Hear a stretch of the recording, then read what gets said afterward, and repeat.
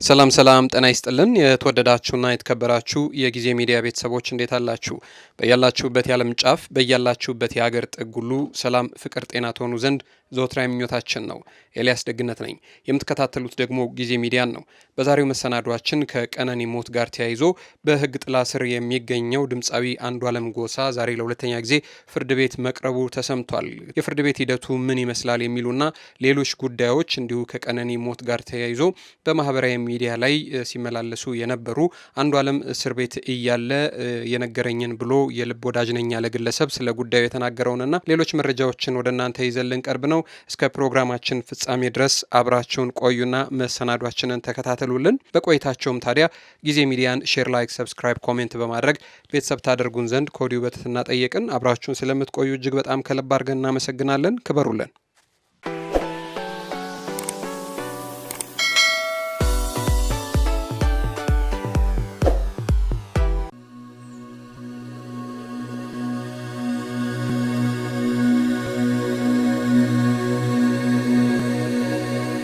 አንቺ እኮ ነው ሰው የሆንኩት ዛሬ እዚህ ላይ የደረስኩት።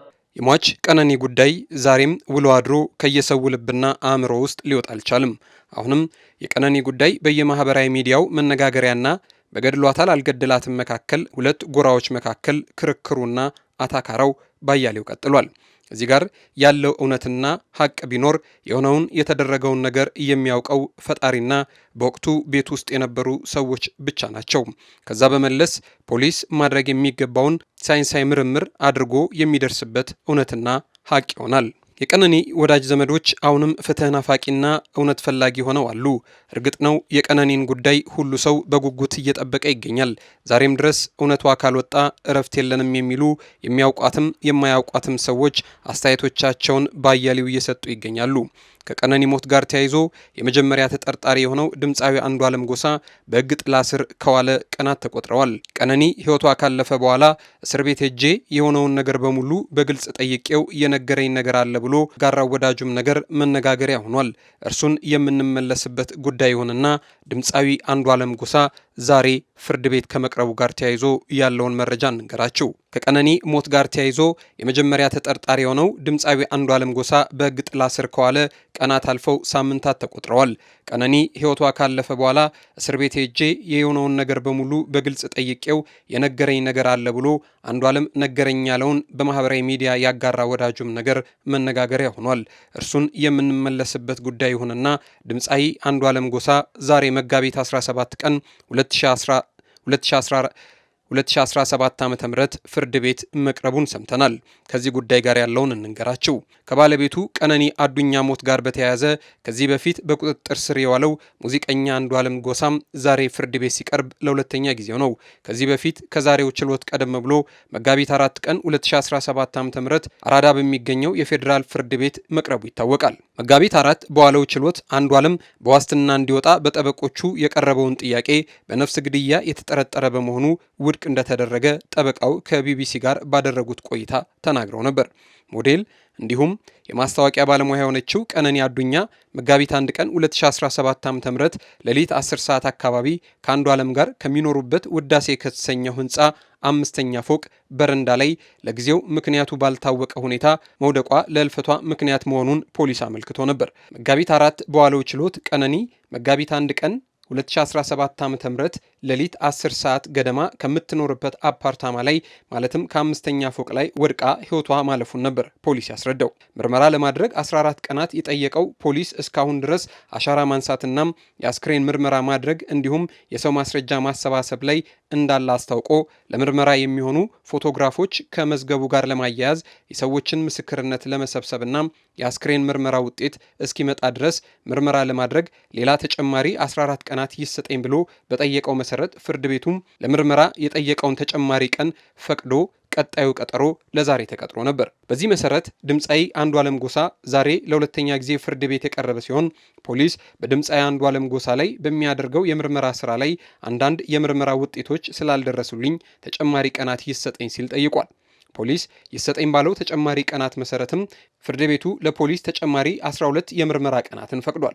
ይህ በእንዲህ እንዳለ የድምፃዊ አንዱዓለም ጠበቃ በበኩሉ የዋስትና መብት ይፈቀድለትና ጉዳዩን በውጭ ሆኖ ይከታተል ብሎ ቢጠይቅም ፖሊስ ግለሰቡ ዋስትና ተሰጥቶት ቢወጣ ማስረጃዎችና መረጃዎችን ያጠፋብኛል፣ መፈቀድ የለበትም በማለት የአንዱዓለም ጠበቆች የጠየቁትን የዋስትና መብት እንዳይሰጣቸው አድርጓል። ፍርድ ቤቱም በቀጣይ ጉዳዩን ለማየት ለመጋቢት 29 ቀን 2017 ዓ.ም ቀጣይ ቀጠሮ ሰጥቷል። ከዋስትና መብት ጋር በተያያዘም ከዚህ ቀደም መጋቢት 4 ቀን 2017 ዓ.ም በዋለው ችሎት ላይ የድምፃዊው ጠበቃ በመካከላቸው ምንም ችግር አልነበረም፣ በዚያ ቀንም በሰላም ውለው እርሷ ፎቶ ስትነሳ እርሱም ከጓደኞቹ ጋር ለኮንሰርት ሲዘገጃጅ ነበረም። ወደ ቤት ሲገቡም በመካከላቸውም ምንም ጸብ አልነበረም። ጾም ከተፈታ በኋላ ሽምግልና ልኮ ለመጋባት ተስማምተው ዝግጅት ላይ ነበሩ። ስለዚህ በመካከላቸው እርሷን ለመግደል የሚያበቃ ምንም አይነት ምክንያት አልነበረም። ፖሊስም አሁን ወድቃ ተገኘቻል እንጂ እርሱ እንደገፈተራት የሚያሳይ ነገር ስለሌለ አሁን ባለው ሁኔታ ቀነኒ ራሷን መግደሏን እንጂ በሌላ ግለሰብ ወይንም በእኔ ደንበኛ መሞቷን አላስረዳም። ስለዚህ በዋስትና እንዲለቀቅ እንጠይቃለን ሲል ፍርድ ቤቱን ጠይቆ ነበር። ፍርድ ቤቱም በተጨማሪ አንዱዓለም ከእስር ቢፈታ በማህበራዊ ሚዲያ ላይ ቁጣ ስላለና በመጀመሪያ ችሎት የዋስትና መብቱን ለመጠበቅ አስቸጋሪ ስለሆነ በሚል የዋስትና መብት መከልከሉ ተነግሯል። ይህ ጉዳይ እንዲህ በፍርድ ሂደት ውስጥ ባለበት ሰዓት በመግቢያችን ላይ እንደነገርናችሁ ከቀነኒ አሟሟት ጋር ተያይዞ በየማህበራዊ ሚዲያው ላይ በነበሩ ውይይቶች መካከል በአንዱ የአንዱዓለም ጎሳ የቅርብ ወዳጅ ነኝ ያለ ሰው ልጠይቀው ሄጄ ገድላታል አልገደልክም ብዬ ስጠይቀው የሆነውን ነገር በሙሉ በዝርዝር ነግሮኛል ብሎ ነገረኝ ያለውን ነገር እንዲህ ተናግሯል። የልብስ ማጥቢያ በረኪና ነው ላርጎ የሚባል ጮብላ ጥላት ወጣለች መጀመሪያ።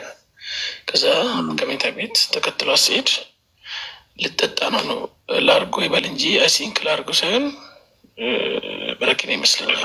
እንደሷ ይለያያል። ባዘ ያ መርዝ ያ ሶዳ ነው። ልጠጣ እሱ ወስዶ ወደ ሽንት ቤት ሊጨምር ሲሄድ ቀጥታ በኪችን መስኮት በኩል ነው ያለው።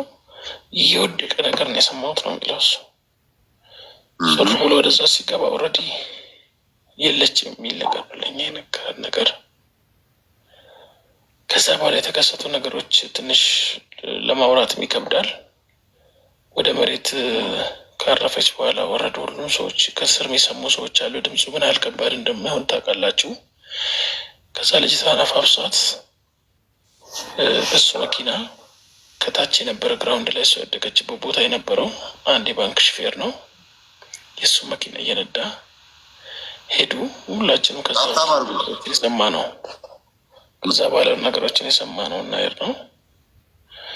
ከዛ ሹፌሩ አደረሳቸው። ኦልሬዲ ከአምስተኛ ላይ አይደለም ከደረጃ ላይ ሰው ወርቆ የሆነ ነገር እንኳን ቢነካው ምን እንደሚሆን ማሰብ አቅተንም።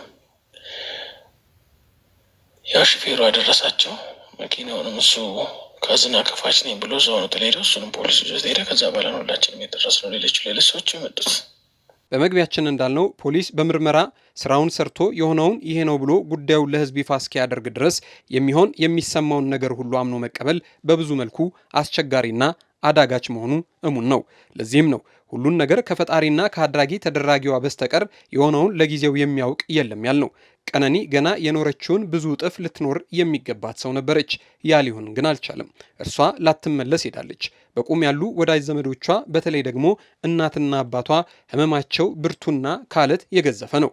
ወዳጆቿም ቢሆኑ የቀነኒ ነገር እስካሁን ከወዳቸው አልወጣ ያላቸው የሆድ ህመም ሆኖባቸዋል።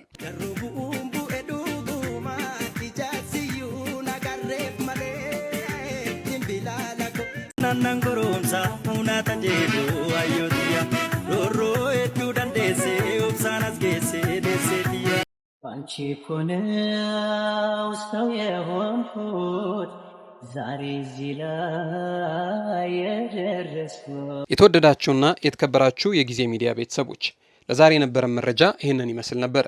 በቀጣይ ከዚህ ጉዳይ ጋር ተያይዞ የፍርድ ቤት ሂደቱን እንዲሁ እየተከታተልን የምንነግራችሁ መሆኑን ቃል እንገባለን።